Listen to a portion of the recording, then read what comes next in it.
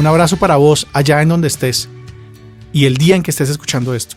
Gracias por subir por tercera vez aquí a la azotea.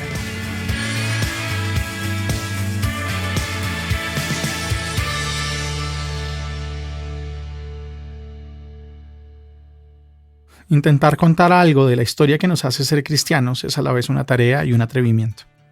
Es una tarea porque esta fe está hecha de memoria, de recuerdos, que ganan significado cada vez que se cuentan de nuevo.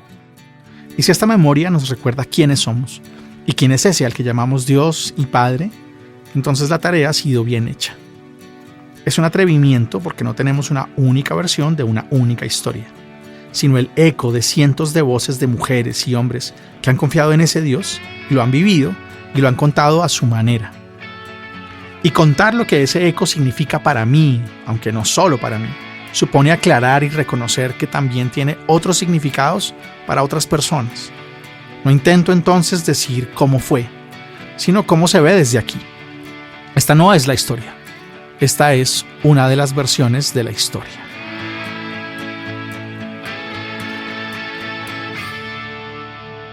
Pues contémosla entonces. Episodio 5. De parte de Dios. Entonces, como ahora, la gente se preguntaba cómo tomar decisiones. El pueblo de Israel que se empieza a formar, que se está gestando y que no es estrictamente una única unidad de gente, de una sola raza, que vienen de una familia y que pasan por todas estas peripecias que nos narra el texto bíblico, porque ya hemos hablado que el texto narra intencionalmente una serie de acontecimientos para poder formar ese pueblo, ¿sí? Y llega a un punto en el que hay un elemento muy importante que son esas tomas de decisión respecto a lo que va siendo la vida en un momento en el que el pueblo pues está rodeado de pueblos, de guerras, de invasiones, de cosas por fuera, y adentro pues no ha terminado de acomodarse y de formarse bien. Eso que luego en el texto bíblico se va a llamar Israel.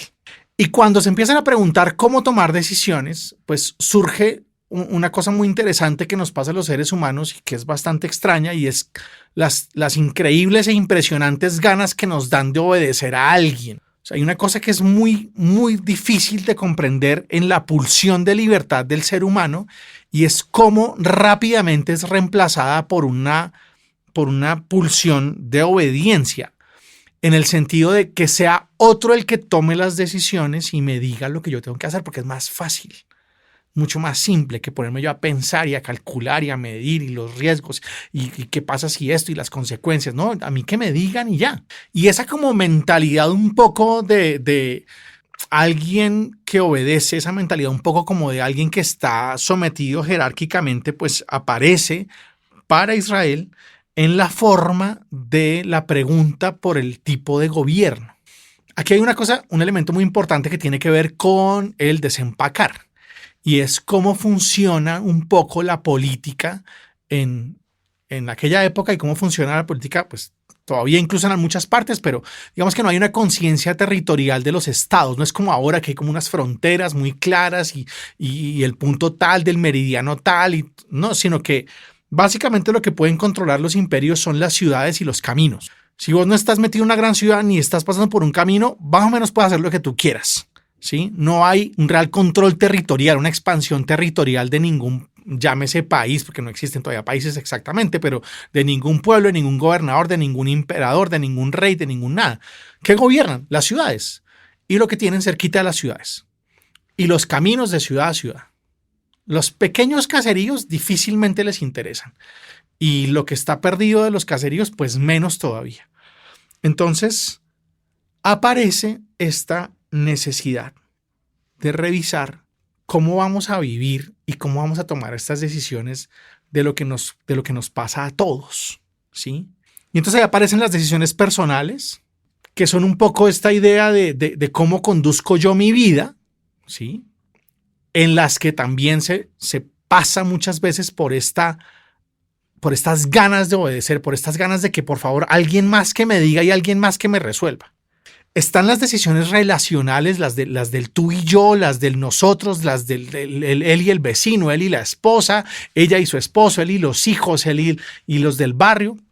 Y están los temas sociales que tienen que ver con la gente en general que comparte un mismo lugar, y los temas políticos. ¿Por qué? Porque están conformando algo, están armando una tribu, y todas ese tipo de decisiones se suceden en la tribu. Sucede lo que tengo que pensar yo, conmigo, pienso lo que cada uno de nosotros. Si tenemos una familia, si tenemos un grupo de algo, de amigos, si pertenecemos a un grupo de cualquier cosa, sea una empresa, una corporación, una comunidad, un equipo de fútbol, lo que sea, hay un tema que tiene que ver conmigo, qué voy a hacer yo, qué quiero, para dónde voy, cómo me voy a aportar, cuáles van a ser mis valores, a qué cosas le voy a obedecer, a quiénes les voy a ser fiel. Y por otro lado están las relaciones, ¿sí? Cómo me llevo con la gente, cómo me entiendo, cómo les hablo, cómo sucede eso, ¿no?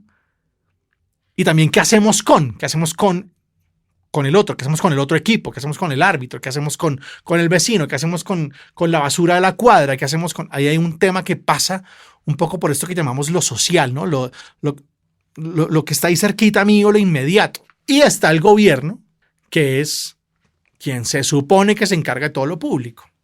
Y claro, estamos hablando de una gente que piensa todas estas cosas por su época, por su lugar y por su decisión. Piensan todas estas cosas desde Dios. Desde Dios. Yo no sé qué tanto hoy en día estamos acostumbrados a eso. Yo no sé qué tanto la gente pase sus decisiones relacionales por la matriz de Dios, o sus decisiones sociales por la matriz de Dios. Sé que hay una enorme insistencia que se pasen ciertas decisiones políticas por una matriz que se dibuja como una matriz de Dios, aunque sea una matriz de poder principalmente, sobre todo en los sectores más conservadores de las religiones. Pero en ese momento entonces aparece el tipo de personajes que están ahí para dar coordenadas de toma de decisión, y eso se llaman los profetas. Y esa palabra va a ser muy importante porque son los tipos que hablan de parte de Dios, por lo menos en la definición más clásica. Hablan de parte de Dios, y por eso el nombre de este capítulo. Y entonces, ¿cómo ahora la política pareciera que quiere definirlo todo? Que no puede, porque así como no logran dominar ningún territorio, eso pasa hoy en día. O sea, en la mayoría de los países normales que tienen todo un territorio que se llama ese país, esa república, esa nación, lo que sea, hay una cantidad de diferencias que los politólogos nos pueden explicar muy bien. Hay unos lugares que son lugares de nadie, y hay unos lugares donde no manda nadie, hay unos lugares donde la famosa idea del que no hay presencia del Estado y toda la cosa, ¿no? Pero porque se supone, y hay un mapa donde está el territorio planteado, y entonces ahí todo tendría que hacer presencia a ese Estado que supuestamente representa al gobierno de todo ese territorio, ¿verdad? Pero hay una cantidad de cosas que pasan sin que nadie se dé cuenta, en todos los niveles en los que hay una estructura de gobierno o una estructura de autoridad. ¿Sí? En una casa, se supone que, yo qué sé, en una casa así de carácter más tradicional, donde el señor es el que pone las órdenes, es la casa, una vaina ahí. Y hay una cantidad enorme de cosas que pasan sin que el señor se dé cuenta, ¿sí? Y menos mal que es así.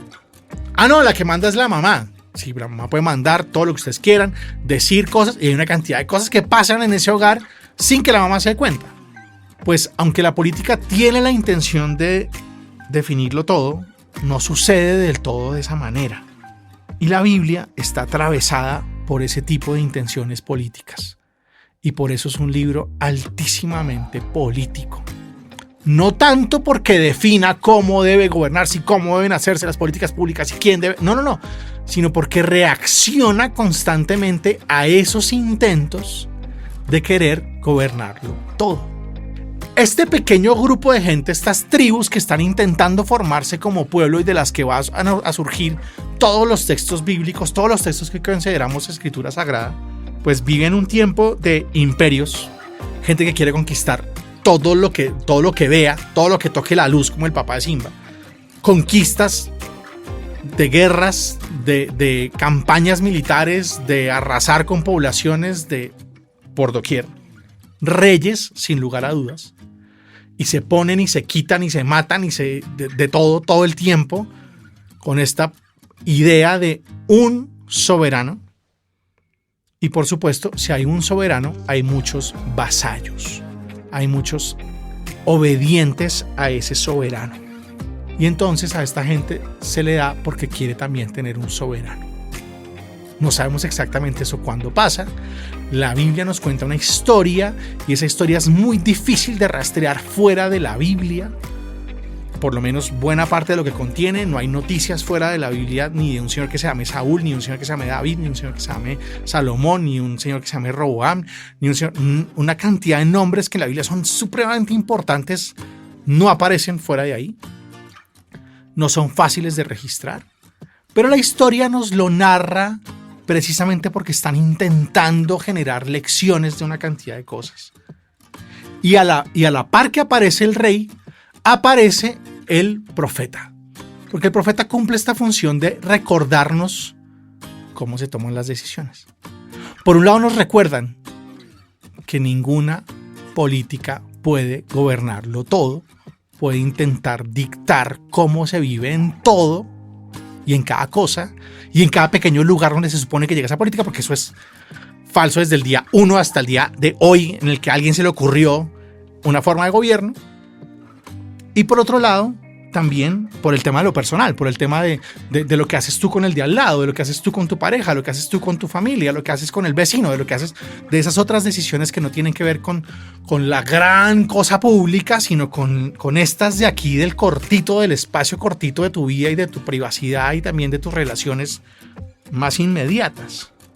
Y están ahí para dar coordenadas, están ahí para anunciar algo que lo proponen como las clases de cosas que Dios dice y que normalmente son formas de recordar eso que hablamos hace un tiempo y que llamábamos la alianza, ese qué significa ser de Dios, ese qué significa vivir desde esta convicción profunda de que somos su pueblo y Él es nuestro Dios. Y como eso no se nos confunde con otras cosas como excluyentes ni discriminatorias. Y hay una vaina que es increíble en la Biblia, en la historia en la que se narra que esta gente dice nos va a tocar tener un rey. Porque como están llenos de invasiones, llenos de conquistas, llenos de emperadores y llenos de reyes que pasan y arrasan y negocian y ellos son como ganado, fruto de negociaciones, tiran para un lado, tiran para el otro, intentando ahí como en sus pequeñas aldeas hacer la vida, pero sin embargo teniendo que responder a cosas que pasan fuera de ellos y de las que no tienen ni idea, como nos pasa hoy a nosotros, ¿sí? Que comemos el arroz que nos comemos por unas decisiones que tomaron por allá en un TLC, ¿sí? O el pan, o la yuca, o los zapatos que nos ponemos. Dicen, vamos a intentar tener un rey, nosotros vamos a intentar tener la misma forma de gobierno que el resto. Y pasa una vaina muy interesante que es una lección fundamental que tiene que ver con cómo le otorga uno obediencia a alguien. Una palabra que ha sido totalmente manoseada y una palabra que ha sido totalmente utilizada especialmente en los ambientes religiosos, ¿no? Porque cuando proponen esta idea, Dios dice, es mejor que no. Yo creo que ustedes deberían pensarse eso está en el primer libro de Samuel. Porque es que cuando ustedes tengan un rey, básicamente lo que dice Dios a través del profeta es, Él va a hacer lo que se les dé la gana con ustedes. En el momento en que ustedes tengan un rey, Él va a hacer lo que Él quiera con ustedes. Y habla de las cosechas y habla de los hijos. Va a coger sus hijos y los va a tener para el ejército. Va a coger sus hijas y las va a querer para ellas. Y va a coger sus talentos y los va a usar para lo que... Y va a coger sus tierras y va a coger sus cosechas.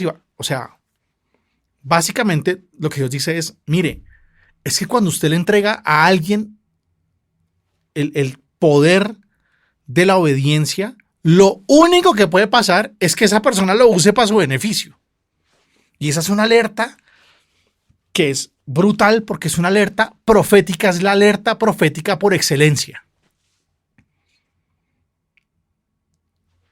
¿Qué son esas benditas ganas de obedecerle ciegamente a alguien? Luego de eso, como el pueblo va a decir, no nos importa, todo bien, sí queremos que alguien nos diga, gracias por el dato, pero queremos que alguien nos gobierne, queremos que alguien nos diga, queremos que otro sea el que decida.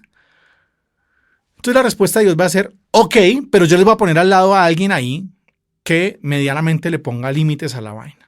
Y entonces estos profetas van a aparecer o como una especie de asesores, consejeros, etcétera, de los gobernantes, o como una especie de críticos, analistas y críticos de ese gobierno, de ese poder, de esa forma de obediencia que el pueblo, lamentablemente, a pesar del consejo de Dios, ha elegido tener.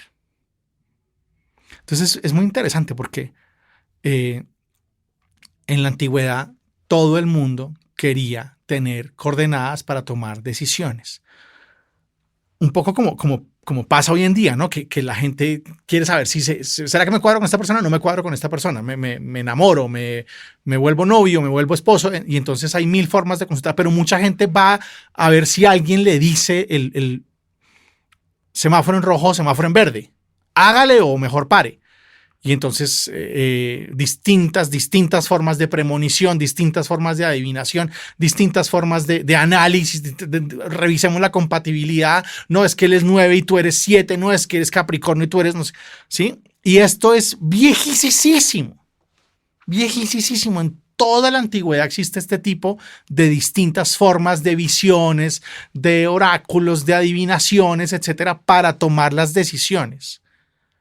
Las chiquitas y las gigantes. Y la tarea de los profetas de Israel, que en eso van a ser bastante diferentes, pasa a veces por eso, pero se va depurando en el transcurso del tiempo y en el transcurso, en el avance de esta conciencia de quién es Dios y por qué no es tan manipulable como los dados, ¿sí? O como la interpretación de ciertos fenómenos. Va pasando, va cobrando un matiz muy distinto y pasa de esta adivinación, pasa de hay unos fenómenos que me permiten decirte cuál es la decisión que debes tomar, a ven, revisamos cuáles son las huellas del Dios que se aparece en la historia. Ahí hay un cambio muy fuerte y ese cambio debería marcar una manera muy clara nuestra de entender lo que significa la fe. Porque Israel tuvo, y está presente en la escritura, muchos momentos en los que usó a estos personajes que por definición hablaban de parte de Dios como adivinos, como premonitores, como visionarios, como una suerte de personas que me dicen también lo que tengo que hacer. O sea, siempre es como un desplazamiento de la voluntad. O que me dirija a alguien que es el que me pone las reglas, me dice que sí, me dice que no y ejecuta y ya. O que me diga a alguien que me tira como unas intuiciones y yo tomo las decisiones es por ahí, ¿sí? Desde otro conocimiento, pero siempre hay como una bendita tendencia, unas ganas de obedecer y de no tomar decisiones. Y el profeta se desplaza de eso, devuelve la responsabilidad al gobernante o al pueblo, dependiendo si es más asesor o más crítico. Y lo que se permite es decir, venga, busquemos qué es lo que Dios nos está diciendo en los acontecimientos. Y ahí, en ese momento en el que el profeta se convierte en un intérprete de la historia, ya no en un intérprete del humo, del incienso o de determinado elemento de la naturaleza, sino en un intérprete de la historia, es en donde nace la principal característica de la fe en Yahvé. Y es que Yahvé no se aparece en los dados, no se aparece en el humo de los inciensos, no se aparecen las tripas de los animales, que eran formas de adivinación, no se aparecen sino que aparece en la historia, en lo que pasa, en la vivencia, en el camino. Y eso es una forma muy diferente de hacer religión, muy diferente. No es el mensaje al oído por allá místico, sí, de los visionarios, no. Es el hombre sentado mirando la historia y encontrando las huellas de Dios ahí y siendo capaz de contar lo que Dios dice en esas huellas. entonces, como ahora, lo que Dios propone es libertad. La gente buscando cómo tomar decisiones, consulta a los adivinos, a los no sé qué, consulta a este otro estilo de profetas que abundan en la antigüedad y abundan en el Medio Oriente antiguo, en la zona donde surgen todos estos acontecimientos y estos textos. Pasa lo mismo con los gobernantes que, como siempre en política, intentan dominarlo todo y aparece Dios con una alerta ahí de que no es posible y no es buena idea. Y aparece siempre con una invitación a ser leales a unos principios de promesas, de pactos, de uniones, de alianza, es decir, a hacerse fieles a sí mismos. Es una libertad entendida no como un acto de arrebato del instinto, sino como una profunda fidelidad a lo pactado, libremente pactado, ¿sí? Porque este Dios no es otro tirano, emperador, conquistador, sino que es el gran liberador. Surge toda la historia a partir de la conciencia de un Dios que no quiere opresores y oprimidos, sino hermanos y hermanas. Y están los profetas, que recuerdan eso, que buscan esas huellas y que proponen una idea de consuelo y una idea de justicia. Porque lo que deja esos esquemas de obediencia es gente maltratada, es gente que ha sido aprovechada, es gente de la que se ha sacado partido, y lo que dejan estos tiranos que toman todas estas cantidades de obediencia hechas por voluntad o por la fuerza y dejan víctimas. Y el profeta, ¿qué hace? Consuela. Y consuela anunciando la cercanía de Dios y la justicia. Una justicia que consiste, como ya lo hemos dicho, básicamente en que se le restablezcan las oportunidades y que se le quite el poder a quienes han recibido esos excesos de poder por obediencia o por tiranía, para que no puedan abusar ni aprovecharse de nadie más. Esa es la profecía bíblica. Y yo creo que tiene un gran, enorme mensaje para nosotros hoy. Porque lamentablemente seguimos con esta obsesión. Claro, venimos de ahí. Venimos de la duda, venimos de la indecisión, venimos de este ser gente que no sabe muy bien qué es ni qué quiere y seguimos siendo eso. Venimos de un pueblo que, si uno lee despacio los textos bíblicos, se da cuenta que comete no solamente muchos errores por pecado o infidelidad, sino porque no tiene ni idea para dónde coger. Porque elige obedecer a gente que tampoco tiene ni idea de lo que está diciendo, una cosa que nos pasa muchísimo hoy y nos pasa mucho en nuestros esfuerzos espirituales hoy. Y venimos de las ganas de obedecer, venimos del desespero de que no sea yo el que tenga que tomar las decisiones, sino que alguien me diga. Alguien que se llama cura, alguien que se llama líder, alguien que se llama pastor, alguien que se llama lo que sea, pero que alguien me diga, alguien que se llama líder político, concejal, alcalde, presidente, lo que sea, pero que alguien me diga, o sea, que alguien tenga las respuestas para todos. Frente a lo cual, pues Dios nos alerta y nos alerta a través del aparecerse en nuestro camino, y venimos de esas huellas y venimos de aquellos que son capaces de ver esas huellas y venimos de los que tienen la valentía de decir lo que están entendiendo, de decir lo que están interpretando, de decir lo que pueden escarbarle a la historia. Y toda la escritura nos llega de un escarbar la historia, de un encontrar en medio del camino las huellas de un Dios que se aparece en lo que pasa. Venimos de gente que quisiera la adivinación, que quisiera el dato oculto, que quisiera la visión privada, que quisiera, pero que con lo que se encuentra es con un Dios que camina paso a paso en cada acontecimiento, deja huellas y deja amigos y amigas capaces de leer esas huellas y de decir lo que encuentra.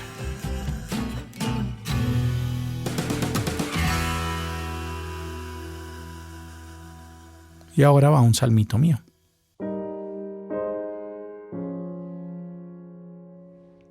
Para ser profeta no hace falta la voz de ultratumba, el secreto encriptado ni la premonición prestigiosa. No se precisa adivinar algo que ignoramos los mortales, ni sacarse de la manga el secreto ajeno y gritarlo con el tono y los tambores del cierre de un acto. ¡Tarán! Profetas nunca fueron los que para su bien usaron las palabras ni los gestos. Los tuyos, tus amigos, los que llevaron tu voz y tu nombre, siempre fueron algo más. Siempre vieron algo más. Un profeta es el que sabe, el que siente y el que entiende que una gota en una hoja en una selva una mañana es más que una gota en una hoja en una selva una mañana. ¿Es sudor? ¿Es lágrima? ¿Es el cielo abierto? Profecía es entenderlo. Que lo que pasó el otro día, que causó esto y aquello, también es una carta. Y es el atrevimiento de leerla. Porque esa carta es tuya. Trae tu firma, nuestra historia. La estampilla de tu aliento, nuestros días. Y por eso no hay sonido más bello sobre la tierra que la voz de quienes nos recuerdan la tuya, Señor. Amén.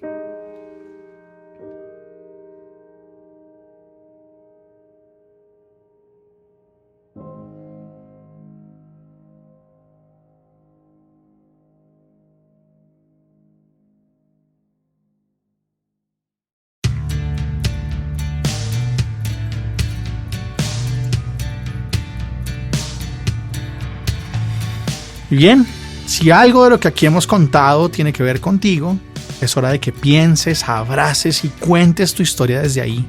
No olvides de dónde vienes. Benditos los oídos que escuchan y las manos que comparten.